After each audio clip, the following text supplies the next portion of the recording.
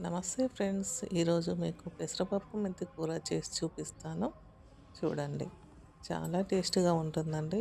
ఈ కాంబినేషన్‌కి నిమ్మకాయ పచ్చడి పెట్టుకుంటే చాలా బావుంటుందండి. ముందుగా పెసరపప్పు తీసుకొని దోరగా వేయించుకోవాలి. ఎర్రగా వేయించుకుంటేనే టేస్ట్‌గా ఉంటుందండి. తర్వాత కుక్కర్‌లో పెసరపప్పు వేసుకొని మెత్తగా ఉడికించుకోండి. పచ్చిమిర్చి, ఉల్లిగడ్డలు, కల్యమాకు, కొత్తిమీర వేసుకొని మెత్తగా ఉడికించుకోవాలి.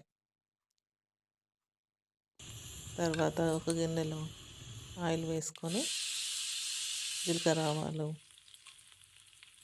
ఎండుమిర్చి, ఉల్లిగడ్డ, పచ్చిమిర్చి, తర్వాత మెంతికూర వేసుకొని ఎర్రగా వేయించుకోవాలి. తర్వాత పసుపు, ఉప్పు,